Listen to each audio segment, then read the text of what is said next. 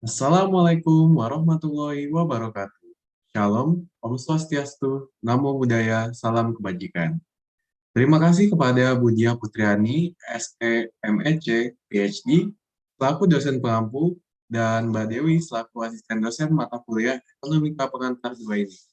Perkenalkan, kami dari kelompok 6 beranggotakan saya, Ariando Faranardi, Milza Musitki Ismanta, Ratri Mahanani, dan Salsabila Nuruddana yang sudah tertera NIM-nya pada presentasi kami. Pada kesempatan ini, kami akan mempresentasikan tentang review literatur yang berjudul Active Monetary Policy and the Slowdown, Evidence from DSGE Based on Indian Aggregate Demand and Supply. Yang pertama ada introduction. Sebelum terjadinya krisis uang global, ekonomi India tumbuh lebih dari 9%.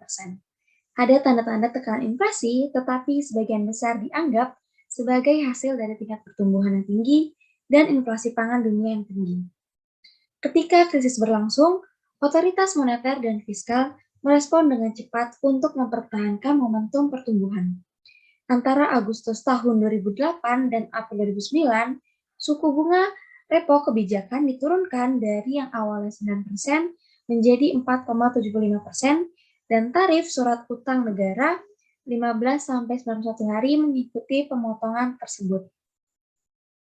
Pada awal krisis harga minyak mentah jatuh, tetapi segera mulai meningkat. Inflasi mengikuti harga minyak mentah dan inflasi pangan yang masih tinggi.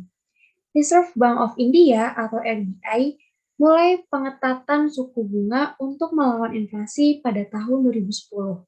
Namun, sejak tahun 2011 dan seterusnya, tingkat pertumbuhan mulai menurun karena berbagai guncangan terjadi, termasuk penurunan pertumbuhan ekspor karena krisis utang euro. Tapi, suku bunga terus meningkat. Tingkat repo memuncak pada 8,5% pada Oktober 2011. Sedikit penurunan pada 2012 dengan cepat berbalik dari pertengahan 2013 sebagai bagian dari pertahanan suku bunga yang digunakan setelah krisis taper on yang dipimpin oleh Amerika Serikat. Selanjutnya, pada section kedua, kami akan menjelaskan mengenai versi log linear model dan parameter dasar apa saja yang digunakan untuk memperkirakan respon impuls yang terjadi pada India. Jurnal penilaian ini menggunakan metode dengan standar New Keynesian Model Dynamic Scholastic General Equilibrium atau DSGE. Model New Keynesian sederhana diturunkan dari model DSGE yang dimana terdiri atas 3 persamaan, yaitu rumah tangga yang representatif, perusahaan yang memproduksi barang jadi yang representatif,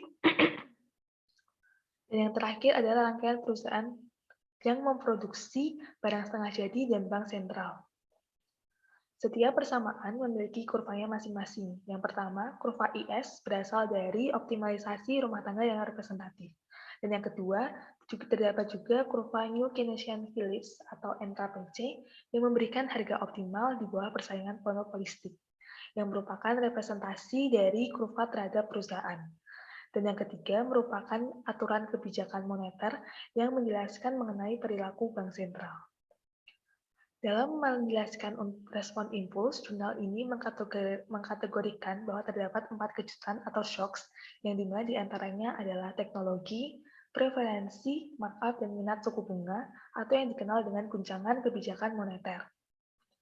Guncangan preferensi dan kebijakan moneter termasuk dalam guncangan dari sisi permintaan, sedangkan guncangan markup dan teknologi merupakan guncangan dari sisi pasokan atau supply shock. 3 persamaan yaitu IS, AS, dan aturan kebijakan moneter dan parameter diperkirakan menggunakan deret waktu dari 3 variabel, yang dimana adalah output, inflasi, dan tingkat nominal jangka pendek. Dengan parameter tertentu akan dikalibrasi atau disesuaikan akurasinya kembali supaya sesuai dengan data yang tersedia.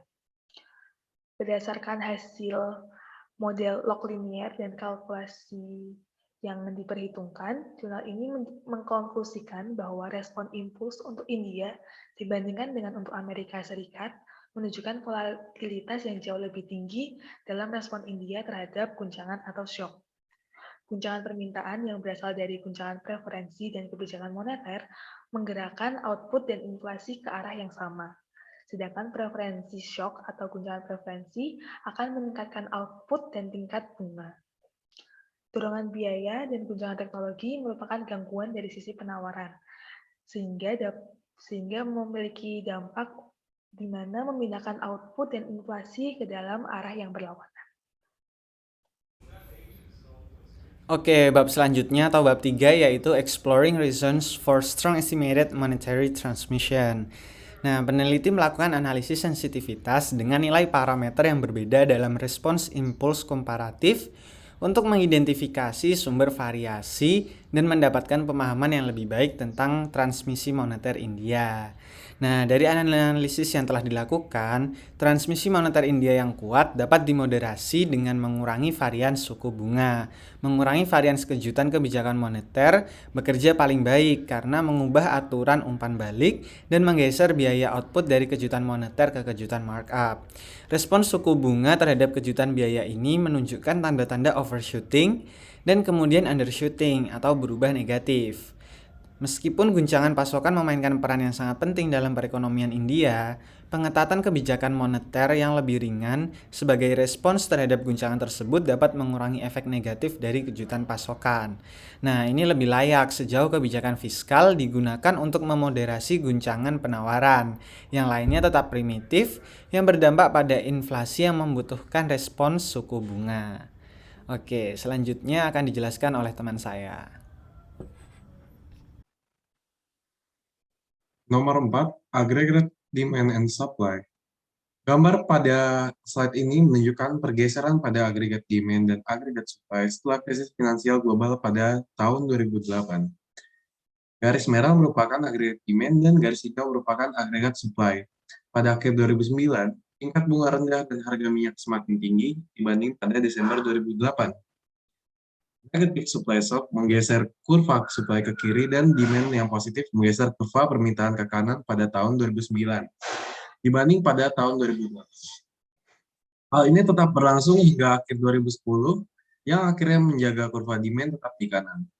Bank Sentral India atau yang biasa disebut dengan Reserve Bank of India atau RBI memberikan stimulus moneter yang akhirnya dapat menggeser aggregate demand ke kanan dan hal itu cukup berlangsung lama. Tetapi, shock pada barang komoditas membuat inflasi tetap tinggi. Ketika RBI menaikkan tingkat bunga, kurva demand bergeser ke kiri. Pada akhir dari 2011, kurva demand akhirnya berada pada steady state, namun akhirnya jatuh karena tingkat bunga terus menaik. Pemotongan tingkat bunga secara kecil yang dilakukan pada April 2012 dan Mei 2013 tidak dapat menggeser kurva demand ke kanan. Kurva demand masih berada pada kiri steady state. Ketika RBI melakukan pengetatan tingkat bunga ronde selanjutnya pada pertengahan 2013, sehingga menggeser kurva demand semakin jauh ke kiri, semakin menjatuhkan India pada perlambatan ekonomi. Ketika harga minyak dunia mulai turun pada 2014, kurva supply bergeser ke kanan pada Desember 2015. Penurunan tingkat bunga cukup untuk penambahan bagi aggregate demand. 5. Conclusion. Konklusi yang dapat kita ambil dari review literatur yang berjudul Active Monetary Policy and the Slowdown, Evidence from DSE-based Indian Aggregate Demand and Supply adalah yang pertama, analisis sensitivitas menunjukkan kelebihan volatilitas EM yang asimetris di India dibandingkan dengan Amerika Serikat. Hal tersebut disebabkan berkurangnya guncangan yang disebabkan teknologi dan preferensi pada peralihan keadaan di beberapa bagian negara yang mulai stabil. Kedua, respon terhadap bunga yang berlebihan dapat membebankan biaya output yang lebih besar.